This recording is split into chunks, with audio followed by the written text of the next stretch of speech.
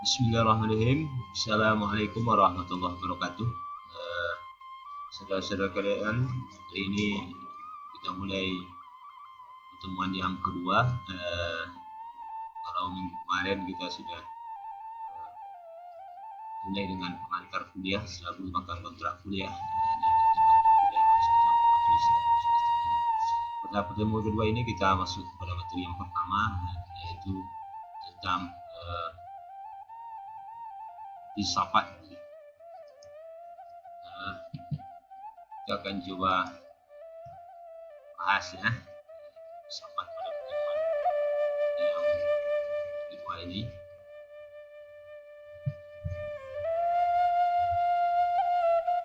Apa itu makna filsafat? Pertama kita masuk kepada pengertian filsafat. Dari sisi kebahasaan, kita bisa melihat kata filsafat itu berasal dari bahasa Yunani, yaitu philosophia. Yakni kata philo bermakna cinta dan sophia bermakna kebijaksanaan atau kebenaran.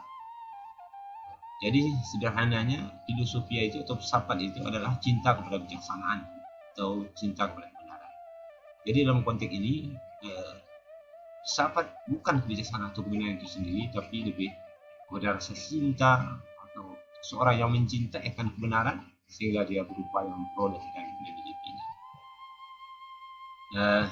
Berikut kata sophia kemudian ditransformasikan ke berbagai bahasa.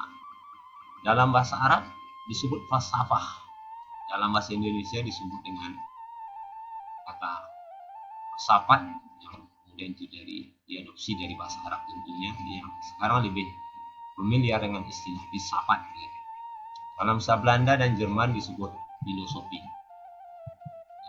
Kemudian dari sisi filsafat sebagai sebuah ilmu, Plato menyebut filsafat sebagai ilmu pengetahuan berusaha mencapai kebenaran yang asli, atau bahasa lainnya dia mengatakan pengetahuan tentang segala yang ada.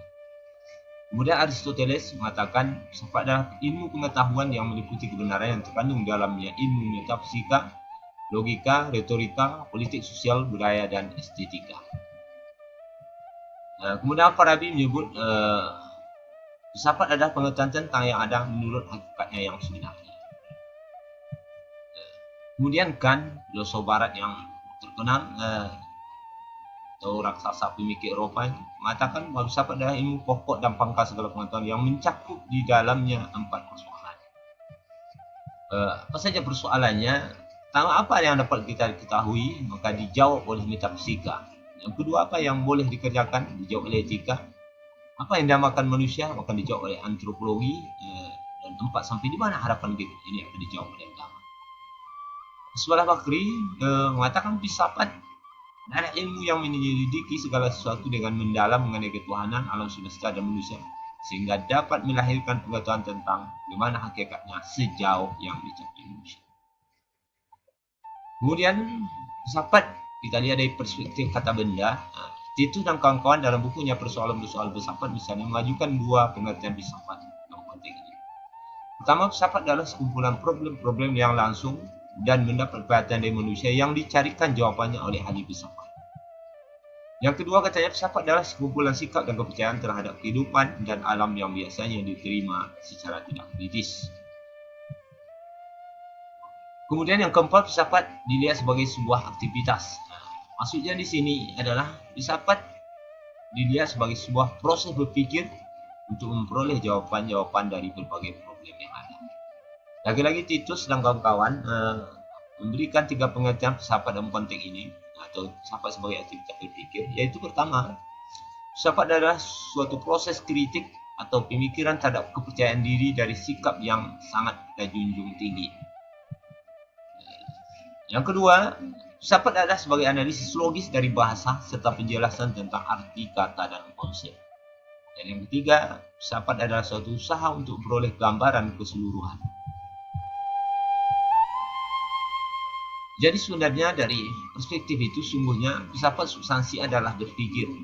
Maka untuk itu, pertanyaannya apakah semua orang berfilsafat harus berpikir? Iya. Tapi apakah semua yang berpikir bisa seperti itu? Maka untuk itu para ahli mengatakan bahwa filsafat itu harus mempunyai karakteristik atau ciri-ciri berpikir tertentu. Sudarto misalnya menyatakan bahwa ciri berpikir filsafat itu pertama metodis, yaitu menggunakan metode atau cara yang lazim digunakan oleh filosof atau ahli filsafat berpikir. Yang kedua sistematis, yaitu berpikir dalam satu keterkaitan antar unsur-unsur dalam satu keseluruhan sehingga tersusun suatu pola pemikiran filosofis. Yang ketiga koheren, yaitu di antara unsur-unsur yang dipikirkan tidak terjadi sesuatu yang bertentangan dan tersusun secara logis. Yang keempat rasional, yaitu mendasarkan pada kaidah berpikir yang benar dan logis, itu sesuai dengan kaidah logika. Yang kelima komprehensif, yaitu berpikir tentang sesuatu dari berbagai sudut pandang atau multidimensi. Yang keenam radikal, yaitu berpikir secara mendalam sampai ke akar-akar masalah atau sampai pada tingkatan esensi yang sedalam-dalamnya. Atau mengutip pendapat bin Abdullah misalnya, berpikir di dasar segala dasar. Itulah yang disebut dengan radikal. Kemudian universal, yaitu muatan kebenaran bersifat menyeluruh atau universal, mengarah pada realita kehidupan manusia secara keseluruhan. Itulah saudara berapa ciri pikir berdasarkan uraian yang cukup relatif panjang tadi dari awal sampai akhir.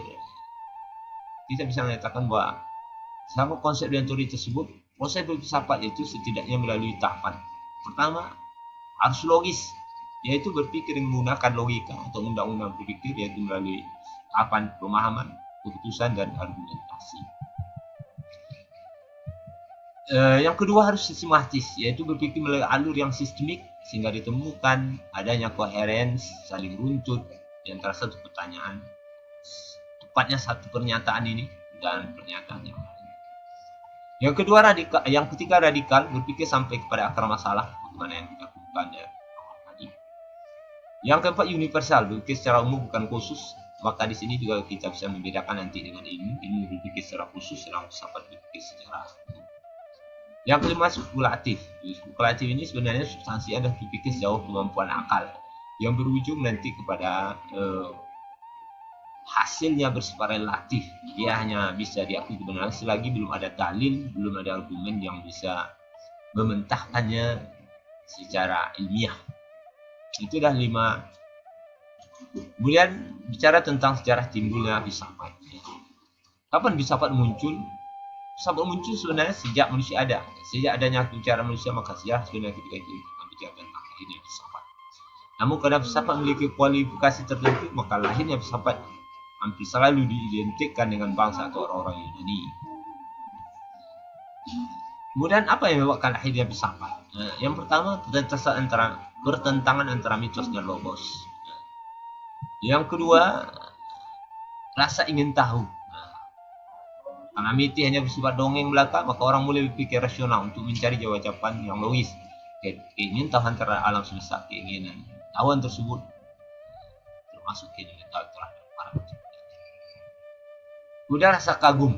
Menurut Plato, filsafat lahir karena adanya kekaguman manusia tentang dunia dan lingkungannya.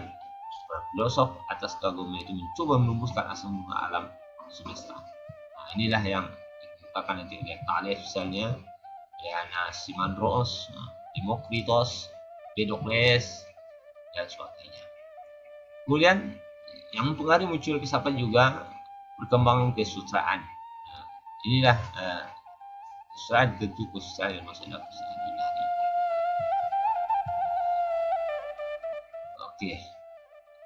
Lalu kalau kita tanyakan kalau begitu, apakah setiap manusia itu mampu berfilsafat? Tentu juga tidak, karena memang berfilsafat itu rule of the game, ya, ada aturan mainnya, berpikir logis, sistematis, radikal, dan universal. Yang disebut tadi ciri-ciri filsafat. Dengan mengindahkan keempat aturan itu, yang kali maka kita akan bisa menjadi seorang filsuf atau setidaknya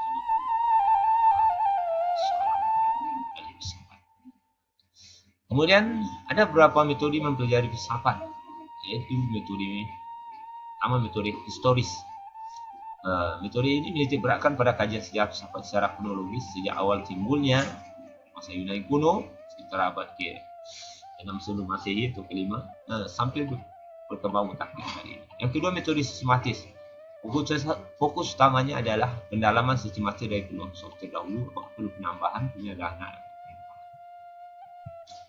Yang ketiga, metode kristis merupakan kelanjutan dari metode sistematis, yang mana kalau metode sistematis berupaya membongkar sistem filsafat yang ada, maka metode kritis ini berupaya mencari kekuatan dan kelemahan sikap, berupaya mencari substansi dan korelasi dengan konteks perkembangan zaman yang sedang terjadi. Yang keempat, metode analisis bahasa dasarnya hampir sama dengan metode sistematis, namun titik tekanan pada penganalisan bahasa yang dipandang memiliki nilai-nilai filosofis. Yang terakhir barangkali sebagai pertama kita ini adalah manfaat dan kegunaan filsafat dalam kehidupan. Pertama, sebagai dasar dalam bertindak, karena filsafat mampu memberikan pemahaman yang menyeluruh terhadap setuju sekaligus memberikan konsep kebenaran tindak. Yang kedua, sebagai dasar dalam mengambil keputusan, karena dalam filsafat pada intinya akan memperoleh kebijaksanaan. Yang ketiga, untuk mengurangi salah paham dan konflik. Yang keempat, bersiap siaga menghadapi situasi dunia yang selalu berubah, sekaligus sebagai dasar pijakan untuk mengadakan perubahan dunia. Yang kelima, dapat dijadikan sebagai penguat atau pendukung terhadap keyakinan agama.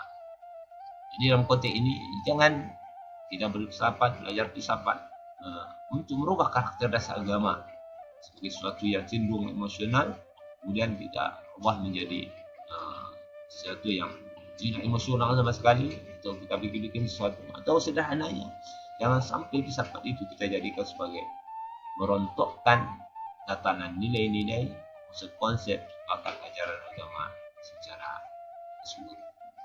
Jadi dari apa yang kita paparkan secara sederhana di atas tadi, kita bisa simpulkan bahwa filsafat itu sungguhnya pikirnya orang-orang yang ingin melahirkan sebuah pengetahuan yang menyeluruh. Itu barangkali sebagai pengantar materi pertamanya. Nanti akan kita diskusikan lebih lanjut